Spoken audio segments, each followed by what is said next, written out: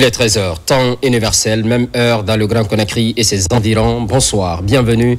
Voici le sommaire. C'est un programme innovant et ambitieux lancé par le ministère de l'Enseignement supérieur sous l'impulsion du ministre Alpha Bakar Bari. En ligne de mire, former 250 femmes titulaires de PhD d'ici 2035. Rencontre avec les opérateurs économiques, Fatima Camara entend ainsi identifier les mécanismes efficaces pour garantir un approvisionnement régulier et sécurisé du marché guinéen en denrées de large consommation. 26 ans en arrière, découverte des corps sans vie de 2 adolescents guinéens. Ils ont été retrouvés dans le train d'atterrissage d'un avion en Belgique. Il s'agit de Yagine Fodé. Leur mémoire reste gravée dans les consciences. C'est tout pour le sommaire.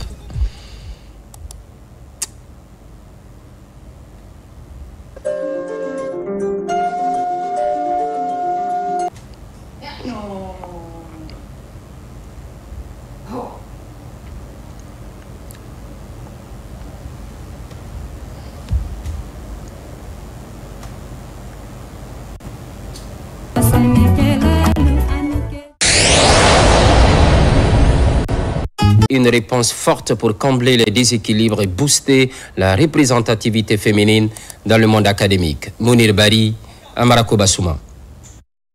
C'est un projet alléchant et porteur d'espoir piloté par le ministère de l'Enseignement supérieur, de la Recherche scientifique et de l'Innovation. 250 femmes enseignantes-chercheurs seront formées au doctorat. Un programme inédit soutenu fermement par le chef de l'État pour briser les barrières et ouvrir la voie de l'excellence féminine dans l'autre sphère du savoir. Si les femmes n'ont pas de doctorat, elles ne peuvent pas s'impliquer pleinement dans les activités de l'enseignement supérieur. Une fois elles ont ce diplôme de doctorat, elles peuvent aspirer au grade académique d'assistant, de maître assistant, de maître de conférence et de professeur. Ce programme est une initiative audacieuse, une initiative qui fait plaisir à toutes les femmes, pas seulement aux femmes, aux hommes aussi, parce que les hommes sont nos partenaires privilégiés qui vont nous permettre et nous accompagner pour la réussite de ce programme. Former 250 femmes en un doctorat d'ici 2035, c'est créer un vivier d'élite au service de l'enseignement supérieur. Ce programme qui est lancé répond à une préoccupation spécifique dans le cadre de l'égalité du genre au sein du ministère de l'Enseignement supérieur, notamment la sous-représentation des filles-femmes dans les filières scientifiques. Former 250 femmes docteurs d'ici 2035 est un objectif noble. Aller vers les filles et les femmes dans nos institutions d'enseignement supérieur afin de rehausser leur nombre dans ce domaine-là. Ce programme s'inscrit dans la dynamique du vaste projet 1000 PhD et 5000 masters déjà lancé par le ministère pour renforcer le capital humain national. Audience au ministère des Affaires étrangères, les ambassadeurs d'Algérie, de Chine et d'Allemagne ont été reçus par le patron de la diplomatie guinéenne. Le diplomate chinois et celui de l'Algérie ont présenté les copies figurées des lettres de créance. Pour l'Allemagne, l'ambassadrice réaffirme la bonne coopération entre Conakry et Berlin. Compte rendu d'audience, Moussa Bangoura, Makemedunzo. Le pont diplomatique entre la Guinée et les autres pays du monde se renforce tous les jours. Une marque de confiance dans la gestion politique du pays et le signe que le monde observe et apprécie les actes que pose le président de la République, le général Mamadi Doumbouya. Cela se traduit par ses nombreux balais diplomatiques au ministère des Affaires étrangères. Les ambassadeurs se succèdent pour renouveler l'amitié de leur pays à la Guinée. La plus récente visite est celle du nouvel ambassadeur de Chine, venu présenter les copies figurées de ses lettres de créance au chef de la diplomatie guinéenne. L'amitié traditionnelle entre la Chine et la Guinée s'est enracinée dans l'histoire. La Guinée est le premier pays subsaharien à établir des relations diplomatiques avec la République populaire de Chine. Ces dernières années, grâce à la direction stratégique des deux chefs d'État, la confiance politique mutuelle entre la Chine et la Guinée cesse de renforcer.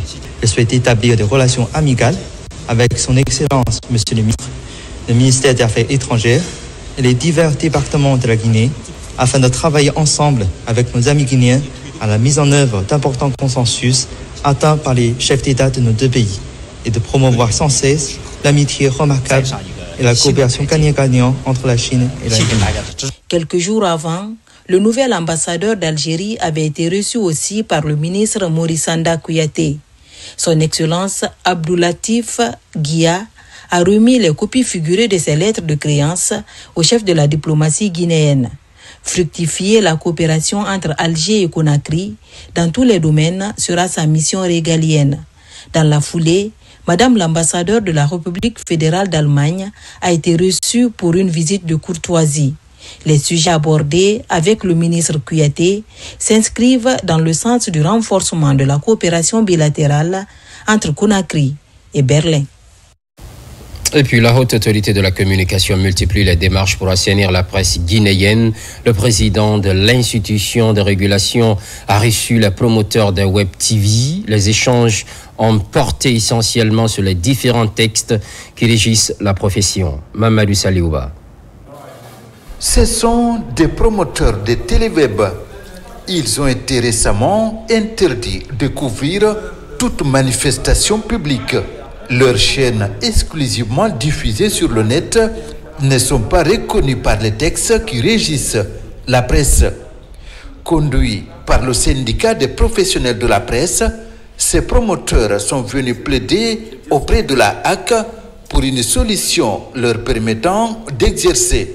Nous avons saisi l'occasion pour leur expliquer le contenu des textes en vigueur qui, pour le moment, ignorent les web TV. Et nous avons rappelé les lettres circulaires de la haute autorité de la communication qui interdisent au web TV la couverture des manifestations publiques et des événements officiels, tout comme d'ailleurs les journalistes non détenteurs de cartes. Cet entretien a permis aux promoteurs réunis en union de mieux cerner les contours de leur profession. Nous sortons d'ici satisfaits à 70% parce que nous avons pu trouver un début de solution alternative. D'abord, ces confrères ont la possibilité d'avoir la carte de la HAC, des facilités leur seront faites parce que ce sont des professionnels reconnus. Une fois qu'ils auront cette carte, ils auront accès à toutes les sources d'informations autorisées par la loi, mais pas au nom des téléweb. Je profite de l'occasion de dire à tous les membres de cette association de se procurer des documents qu'il faut. C'est en 2010 que les premières téléweb ont été notifiées en Guinée. Aujourd'hui, on dénombre une 50aine de chaînes diffusées sur le net, mais ignorées par les textes. C'est une rencontre dite stratégique avec les opérateurs économiques. Elle est initiée par la nouvelle ministre du Commerce, Fatima Camara, entend ainsi identifier les mécanismes efficaces pour garantir un approvisionnement régulier et sécurisé du marché guinéen en denrées de large consommation. Les détails avec Mamadou Bassila, Mohamed Chérif Camara. La rencontre revêt toute son importance en cette période de soudure marquée par de fortes pluies. La nouvelle ministre du Commerce, accompagnée de son équipe, a échangé avec les acteurs du secteur pour prévenir toute spéculation autour de l'approvisionnement en denrées de grande consommation, tant dans le Grand Conakry que dans les régions de l'intérieur du pays.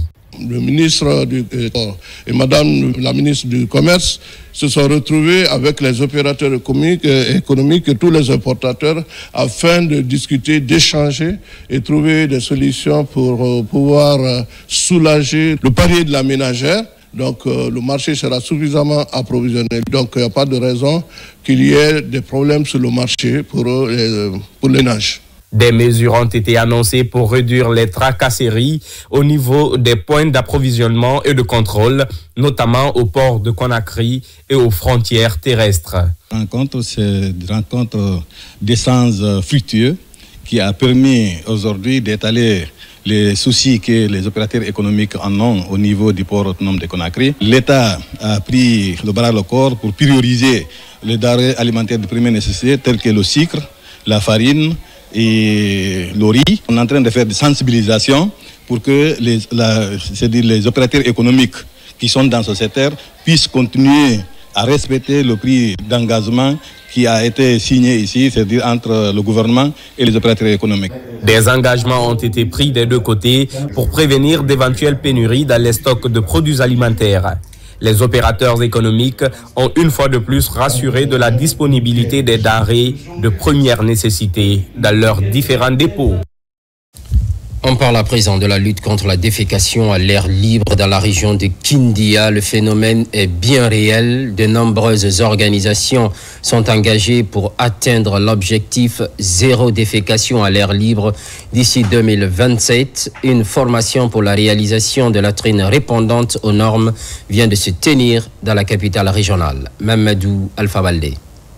La défécation à l'air libre constitue toujours un problème sanitaire dans certaines régions du pays.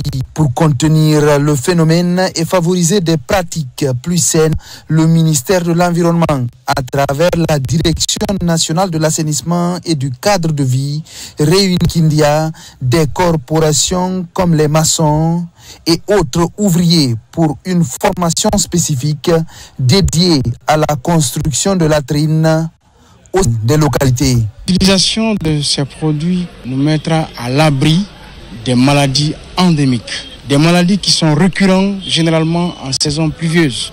Une structure du nom de SATO, accompagnée par le ministère de l'Environnement et du Développement durable, accepte d'accompagner nos communes pour l'installation de ces produits dans nos latrines. Cette initiative s'inscrit dans une dynamique concertée qui dépasse les simples aspects techniques. Il s'agit d'une réponse structurante à un défi majeur, l'accès universel à des toilettes sûres, dignes et inclusives.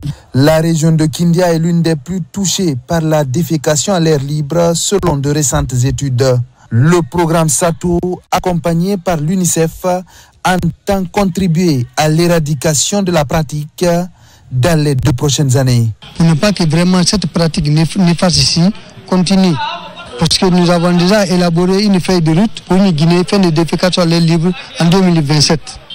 Et sur ce, il y a des statistiques qui sont ressorties. Depuis quelques années, le ministère de l'Environnement travaille pour zéro défécation à l'air libre à travers le pays. Tenu à Conakry de la réunion de coordination technique multisectorielle de la santé maternelle, néonatale, infantile. Ce rendez-vous des acteurs engagés dans la promotion de la santé maternelle se veut une plateforme d'échange pour rehausser les indicateurs de la santé maternelle. Kerno Maroufba, Mohamed Mpati Kamara. C'est une rencontre trimestrielle qui vise à échanger autour des questions liées à la mise en œuvre des interventions à haut impact dans le domaine de la santé maternelle, néonatale, infantile, des adolescents et de la nutrition. Cette deuxième réunion de coordination technique multisectorielle se focalise sur les résultats du premier et deuxième trimestre de l'année 2025. On peut dire que les objectifs fixés ont été largement atteints, ceci à travers la participation active de tous les autres départements sectoriels qui ont présenté aussi leurs activités planifiées. On se réjouit vraiment du niveau de réalisation et surtout de la synergie d'action au sein de la plateforme SRMania et de la nutrition dans notre pays. Il ressort que notre rôle est central. Nous sommes l'interface entre le ministère et le niveau déconcentré et entre les autorités et les services de santé. Donc nous avons l'obligation de nous impliquer pour que les indicateurs liés à la santé de la mère et de l'enfant puissent connaître une évolution favorable dans nos différentes régions respectives. Améliorer la coordination des interventions de l'offre de services de la santé maternelle, néonatale, des adolescents et de la nutrition de qualité et les indicateurs et l'objectif recherché de ces assises de 2 jours. La tenue régulière de cette réunion démontre notre volonté commune d'assurer la cohérence, la complémentarité et la synergie de nos interventions en faveur des femmes, des nouveau-nés, des enfants, des adolescents. Ensemble, nous devons sans cesse questionner notre efficacité, renforcer notre coordination et affiner notre lecture des réalités de terrain. À cette rencontre qui regroupe 115 acteurs, des recommandations ont été formulées afin de mettre la barre haute concernant la santé maternelle, néonatale, infantile, des adolescents et de la nutrition. Après leur traitement à Jean-Paul II de Taouya, les femmes guéries de fistules obstétricales bénéficient d'une prise en charge. Le Fonds d'appui aux activités économiques des femmes et filles compte faciliter leur réinsertion socio-économique. Mohamed Kamara. Dans le Grand Conakry, 25 femmes guéries de fistules obstétricales bénéficient d'une prise en charge du gouvernement. Une action qui vise la réinsertion socio-économique voulue par le ministère de la Promotion féminine à travers le Fonds d'appui aux activités économiques des femmes et filles, FAEF. Ce projet de réinsertion socio-économique reflète la volonté du gouvernement guinéen de ne laisser aucune femme à marge du progrès national. La fistule obstétricale est une blessure silencieuse, souvent invisible, mais aux conséquences profondes. En accompagnant ces femmes, aujourd'hui à Conakry et dans les autres régions, vers l'autonomie financière, nous posons un acte fort, celui de reconnaître que, même après la douleur et l'exclusion, il est possible de se reconstruire. Nous sommes vraiment dans la joie de bénéficier de ces appuis-là et nous remercions tous ceux qui mènent leur combat pour l'épanouissement de la femme. L'accompagnement de ces femmes guéries de fistules obstétricales est facilité par le Crédit Rural de Guinée après leurs soins au centre Jean-Paul II de Conakry. À travers cette maladie, elles se sont vues écartées, marginalisées, mises à l'écart du développement de notre pays. C'est pourquoi le Crédit Rural leur apporte ce soutien pour qu'elles regagnent le sourire et qu'elles se remettent en plein dans le développement de notre pays. Avant la remise de cet appui, ces femmes ont bénéficié d'un renforcement des capacités en éducation financière. D'ici la fin de l'opération, 120 femmes guéries de fistules bénéficieront de cette prise en charge. Un montant de 350 millions seront répartis entre les bénéficiaires. Vulgarisation du projet de nouvelle constitution. Les acteurs du transport routier et mécanique générale sensibilisent. C'est une appropriation en direction de ces démembrements. Amadou Touré.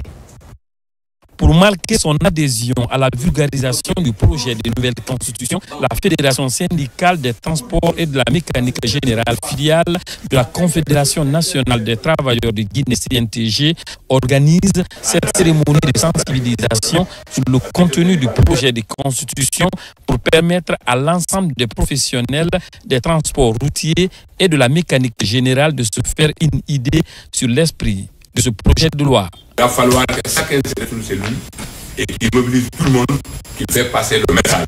C'est un message très important. Très important. Donc la lecture des articles, on ne peut pas lire tous les articles dans une science comme ça, comme nous l'avons fait la fois passée. Mais il y a des articles qu'il faut informer totalement. Pour que les gens sachent quelle est l'importance de cette institution. Dès que les gens sachent ça, nous avons moins de problèmes. Mais si nous gardons à notre niveau, ça le fait restituer, ça le fait ramener à la base, les gens ne seront pas informés.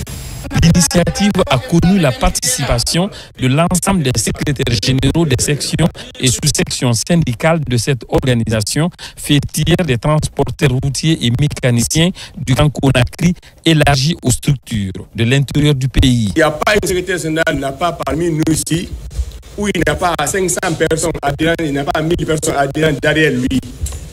On ne peut pas déplacer toutes les personnes là ici. À moins qu'on fait une réunion au palais. Mais c'est qu'on a initié de le faire. Si ça se fait comme ça se doit, tout le monde sera informé de Conakry, que dans les villages de Yokoukou. Parce que les structures sont là. Et nous sommes, cette fédération est installée dans le 33 prophétique. À l'issue de la rencontre, des copies du texte du projet de nouvelle constitution ont été remises à chacun des secrétaires généraux des sections venus à cette cérémonie. Objectif, vulgariser le contenu de ce projet dans le but de faire le meilleur choix possible pour l'avenir du secteur des transports routiers et de la mécanique générale. La campagne s'intensifie un peu partout dans le pays. L'on s'attelle à la compréhension du projet de texte fondamental. Yaya Silla. La salle de la maison des jeunes de Kindia, remplie des jeunes, femmes et même des personnalités administratives. Ces citoyens de Kindia viennent suivre la vulgarisation du projet de la nouvelle constitution et l'installation du bureau de mouvement Génération Patriote dans la région de Kindia. C'est venu à un bon moment parce que ce n'était pas du tout facile de mobiliser ce beau monde pour pouvoir passer à la vulgarisation de la nouvelle constitution. Nous avons constaté tout à l'heure, le préfet et le gouverneur sont tous empêchés. Ils sont avec les ministres dans les jeux de préfecture. Mais à Kindia, vous avez vu avec l'accompagnement du président de la délégation spéciale de Kindia, les chefs de quartier, anciens comme nouveaux, et la population et les structures, les groupements, les serrés, les staffs, les jeunes, tout le monde s'est mobilisé ce matin pour pouvoir venir assister à cette installation. Et après, on a profité pour aussi passer à la vulgarisation de la nouvelle constitution en faveur de la population guinéenne, mais plus particulièrement la population de Kindia. Au mois de février dernier, il y a eu une très grande marche à Kindia ici et Génération Patriote a démontré son implantation effective sur le terrain. Donc aujourd'hui, c'était pour officialiser non seulement la désignation de M. Mamadou Keitaï de toute son équipe pour coordonner les activités de Génération Patriote dans la région de Kindia, mais aussi profiter de cette activité pour vulgariser la nouvelle constitution. Parce que vous n'êtes pas à savoir que nous sommes dans ce contexte et nous savons que certes on est en train de travailler, de faire des porte-à-porte, les rencontres citoyennes pour vulgariser cela, mais l'occasion était opportune aussi pour pouvoir faire la même chose. Le mouvement Génération Patriote est une puissante association de jeunesse qui mobilise et sensibilise les citoyens sur les acquis réalisés par le CNRD depuis le 5 septembre 2021. Nous pouvons profiter de cette occasion, demander et porter à la connaissance de la population guinéenne que Guinée, à partir de là, s'engage au soutien total du Sénégal et son gouvernement pour que la paix et la tranquillité soient dans notre pays. La rencontre de Kindia relance les activités du mouvement Génération Patriote sur l'ensemble de la région de Kindia. Triste souvenir qui remonte à 26 ans, découverte des corps sans vie de deux adolescents guinéens. Ils ont été retrouvés dans le train d'atterrissage d'un avion en Belgique. Il s'agit de Yagin et Fodé. Leur mémoire reste gravée dans les consciences. Marie-Angélique Bangoura. Le cinéma comme devoir de mémoire. À Conakry, la structure Impact Jeunesse a projeté Matin Bonheur, un film guinéen librement inspiré du destin tragique de Yagin Koïta et Fodé Tunkara, 14 et 15 ans. Avant de s'envoler clandestinement vers l'Europe, les deux garçons avaient laissé une lettre bouleversante aux dirigeants européens. Une lettre criant leur détresse, mais aussi celle de toute une jeunesse africaine en quête d'avenir. Sur grand écran, les spectateurs redécouvrent leur quotidien, leurs rêves et ce voyage devenu symbole d'un exil désespéré. Ce qui m'a trop touché dans cette affaire, après la mort tragique de Yagin et Fodé dans le train d'atterrissage de la compagnie Sabena, le 2 août 1999 à Bruxelles, il y a eu une ONG belge qui était venue voir l'État guinéen pour prendre chaque famille d'aller étudier, c'est-à-dire 2 membres de chaque famille d'aller étudier en Belgique. C'est-à-dire la famille Koïta, 2 personnes, la famille Tunkara, 2 personnes. À l'époque, moi, j'ai fait la 10e année au collège du camp Alpha Yadjalou. J'étais la première personne à recevoir mon passeport. On sont restés jusqu'à 11h du matin. Nous, les 4 personnes. On dit donc, rentrez chez vous, on va continuer à travailler là-dessus. Quelques semaines après, on vient remplacer par d'autres personnes qui ne sont pas les membres de la famille Tunkara. Leur histoire n'est pas une exception. Elle est le reflet de milliers de jeunes Africains qui chaque jour bravent les déserts et les mers, poussés par le même désespoir silencieux. Ce soir, nous voulons leur rendre hommage, mais aussi à tous les Yagin et Fodé anonymes. Leur mort ne doit pas rester une simple tragédie.